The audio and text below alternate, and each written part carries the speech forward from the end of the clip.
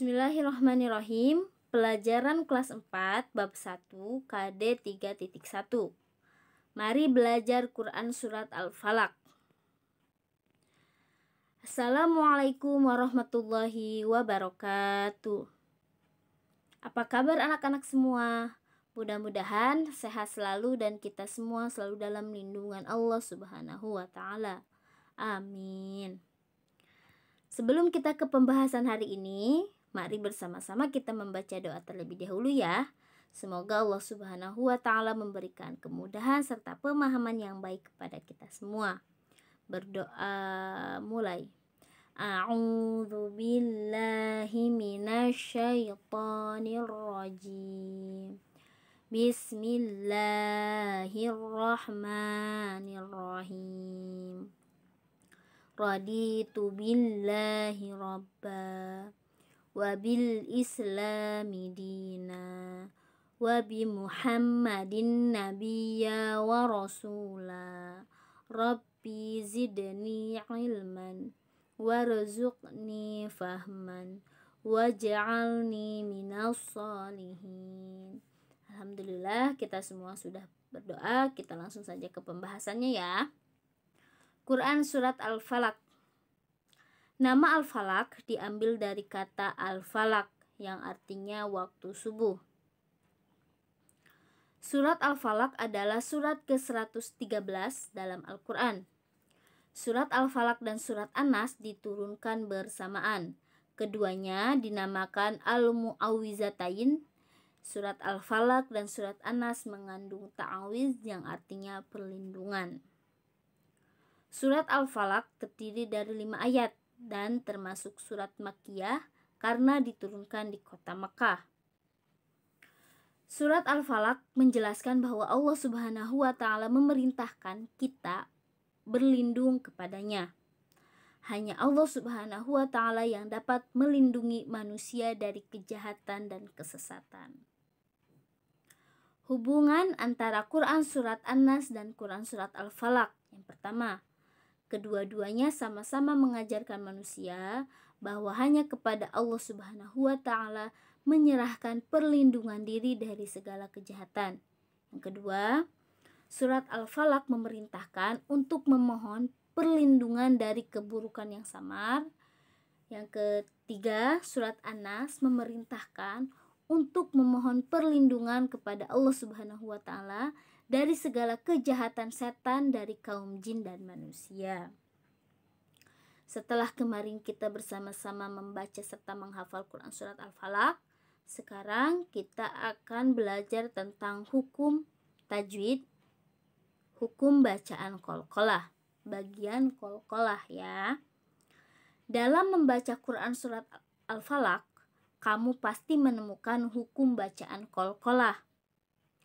Qalqalah adalah cara membaca dengan memantulkan suara. Huruf qalqalah ada 5, yaitu ba, ja, da, to, ko. Mari dihafal serta diingat ya. Huruf qalqalah ada 5. Yang pertama ba, kedua ja, ketiga da, keempat to, dan yang kelima ko. Sekali lagi ya, ibu ulangi, huruf qalqalah itu ada 5. Ba, ja, da, to, dan ko. Qalqalah ada 2 bagian. Yang pertama, qalqalah sugro atau qalqalah kecil, yaitu apabila huruf qalqalah berada di tengah kalimat. Yang kedua, qalqalah kubro yaitu besar, yaitu apabila huruf qalqalah berada di akhir kalimat. Bisa kita lihat perbedaan antara qalqalah sugro dan qalqalah kubro.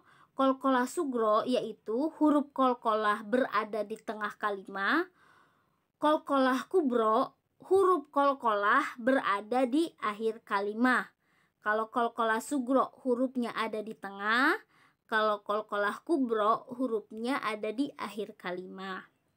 Nah, mari bersama-sama kita simak contoh qalqalah sugro. Yang pertama contohnya ya. fi jidiha hablum mim masad. Kita lihat yang tanda merah, hablun. Hablun. Huruf ba berada di tengah kalimat. Coba kita lihat bersama-sama yang tadi huruf qalqalah. Ba apakah termasuk huruf qalqalah? Kita lihat di sini. Nah, yang pertama ada ya, ba. Qalqalah sugro apabila huruf qalqalah berada di tengah kalimat. Ini sudah jelas ya, huruf ba berada di tengah kalimat. Maka hablun ini termasuk qalqalah sugro karena huruf qalqalahnya berada di tengah kalimat, yaitu huruf ba. Yang kedua, lam yalid wa lam yulad.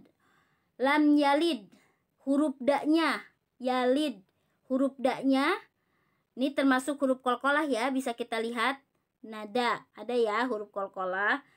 Seperti yang Ibu jelaskan tadi bahwa qalqalah sugro itu apabila huruf qalqalah berada di tengah kalimat, dan ini da ada di tengah kalimat. Maka lam yalid ini termasuk contoh qalqalah sugro karena huruf qalqalah berada di tengah kalimat.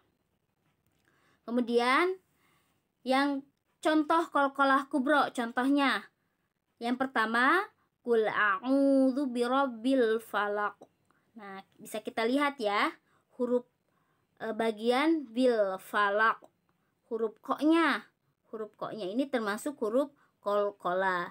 Sebagaimana tadi patokannya qalqalah kubro itu apabila huruf qalqalah berada di akhir kalimat. Nah, ini sudah jelas ya, huruf qalqalahnya berada di akhir kalimat. Kemudian yang keduanya, contohnya wa min syarri ghasikin idza waqab. Nah, ini juga sama ya, contoh qalqalah kubro karena huruf qalqalahnya berada di akhir kalimat yaitu huruf ba. Nah, jadi bisa kita bedakan ya antara qalqalah sugro dan qalqalah kubro. Kalau qalqalah sugro huruf qalqalah berada di tengah kalimat. Kalau qalqalah kubro huruf qalqalah berada di akhir kalimat.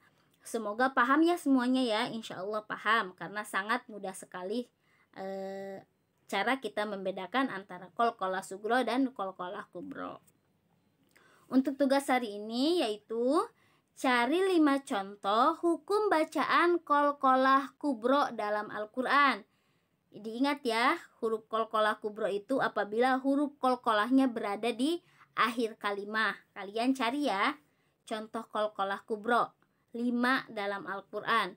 Tulis di buku tulis ya. Jika sudah selesai, tugas dikumpulkan melalui WA. Alhamdulillah, pelajaran hari ini sudah selesai. Tetap semangat semuanya, tetap jaga kesehatan juga, dan harus tetap terapkan protokol kesehatan dimanapun kalian berada. Kita tutup pembelajaran hari ini dengan membaca doa. Alhamdulillahirrabbilalamin.